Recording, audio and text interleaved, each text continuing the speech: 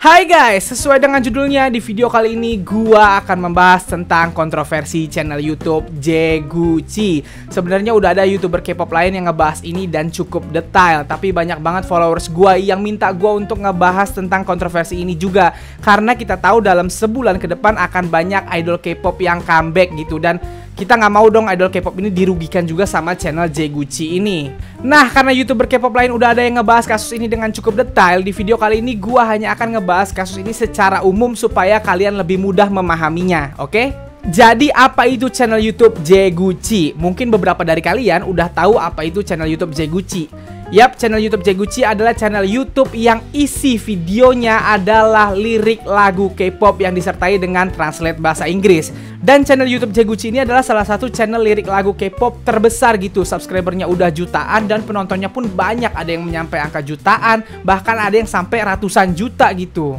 Kok bisa begitu? Karena cara kerja channel ini yang cepet banget nih. Menurut gua cara kerjanya agak aneh gitu, karena dia bisa mengupload lirik lagunya hampir bersamaan sama idol kita ngerilis MV-nya. Gue sendiri agak bingung kok mereka bisa memproduksi liriknya secepat itu. Dari mana mereka tahu duluan gitu liriknya sebelum MV-nya dirilis. Video-video dari Jeguci ini juga tidak jarang jadi trending apabila lagu yang diupload adalah lagu yang tidak ada MV gitu. Lagu B-side track yang enak atau lagu-lagu terkenal tapi yang nggak ada MV-nya gitu. Orang kan jadinya ke YouTube nontonin liriknya gitu dari Jeguci ini, jadi gak jarang jadi trending. Contohnya kayak lagu Blackpink dan Lady Gaga kemarin yang judulnya Sour Candy, kan gak ada MV-nya. Jadi itu sempet orang-orang nontonin video liriknya aja dan sempet trending di YouTube Indonesia. Nah ya, awalnya gak ada apa-apa sama channel YouTube Jeguci ini. Banyak K-popers yang justru merasa terbantu karena bisa hafal lirik lagu K-pop dari channel ini gitu. Sampai akhirnya beberapa waktu yang lalu ada seseorang yang berhasil membuktikan bahwa channel YouTube Jeguci ini melakukan kecurangan terhadap copyright claim di YouTube sehingga merugikan idol dan agensi yang kita sukai.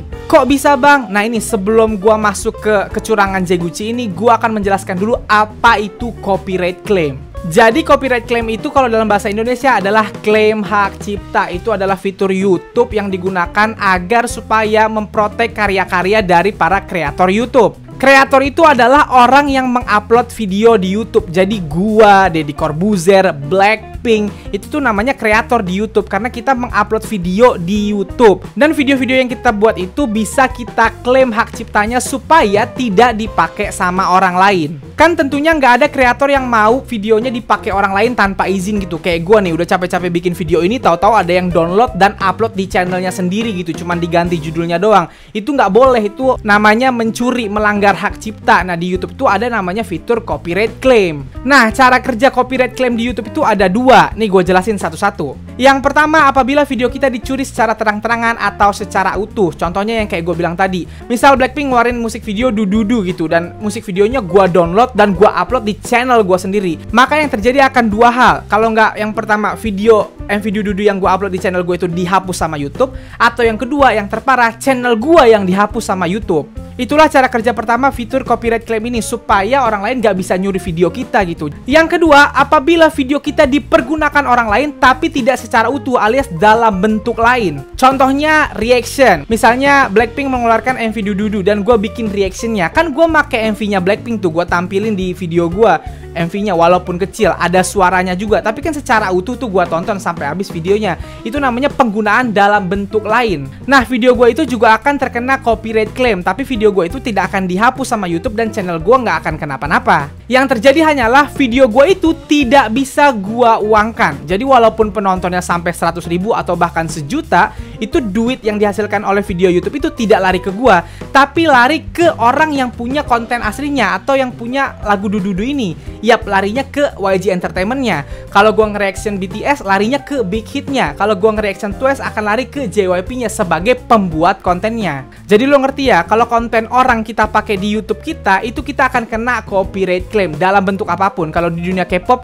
reaction, cover dance. Yap, cover dance. Walaupun video lo itu isinya lu yang nari gitu, tapi kan lu tetap pakai lagunya bias, lu pakai lagunya idol lo, lagunya EXO misalnya, lagunya BTS, lagunya Red Velvet, dan itu punya orang. Jadi lu nggak akan dapat keuntungan dari video tersebut. Video tersebut akan kena copyright claim dan uangnya akan buat perusahaan yang bikin konten tersebut. Jadi lu ngerti ya, video-video YouTube yang isinya cover dance, yang isinya reaction, itu YouTubernya nggak dapat duit apa-apa, cuma dapat fame-nya doang. Kalau cover song gimana bang? Nah cover song ini yang agak aneh. Cover song ini ada namanya share revenue. pembagian pendapatan gitu. Tapi cara kerjanya juga gue nggak ngerti. Banyak channel cover song yang gue tahu yang video-videonya juga kena copyright claim, alias mereka nggak dapat duit apa-apa nih dari video mereka itu. Tapi ada juga beberapa video yang pendapatannya dibagi. Jadi video itu tetap bisa kita uangkan dan kita dapat duitnya, tapi yang punya konten aslinya perusahaannya juga dapat duit. Jadi pendapatannya dibagi dua gitu. Video cover song yang gue upload di channel gue ini juga kayak gitu soalnya. Ada yang copyright claim yang nggak bisa gue uangkan, ada yang bisa. Aneh kan? Gue juga gak ngerti tuh aturannya kayak gimana. Nah, sekarang kita balik ke kasus Jeguchi tadi. Jeguchi ini kan adalah channel video yang isinya lirik lagu K-pop yang menyertakan lagu dari idol-idol K-pop.